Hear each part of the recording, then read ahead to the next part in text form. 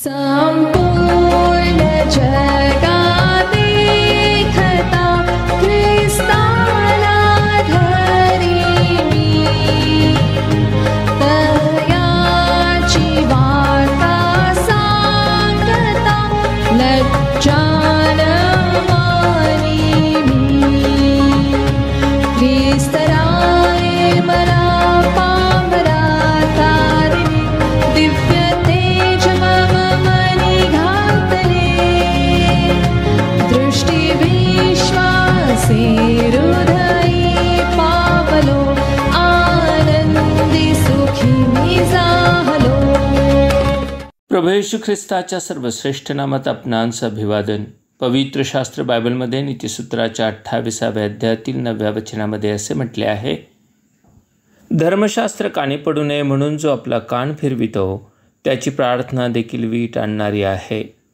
बालपणी आपण नायकाच्या सर्व इच्छा पूर्ण करणाऱ्या जिन्नच्या गोष्टी ऐकायचो. मोठेपणी आपण देवाकडे तो एखादा जिन्न असल्यासारखेच पाहतो. आपल्याला वाटते मला कशाचीही गरज पडली की मी देवाकडे जाईन व त्याच्याकडे प्रार्थना करेन व देव मला ती पुरवून देईल. मात्र नीतिसूत्रकर्ता स्पष्ट शब्दात सांगतो, धर्मशास्त्र कानी पडू नये म्हणून जो आपला कान फिरवितो त्याची प्रार्थना देखील वीट आणणारी आहे. थोडक्यात, जो देवाचा शब्द ऐकत नाही त्याचे देवही ऐकत नाही.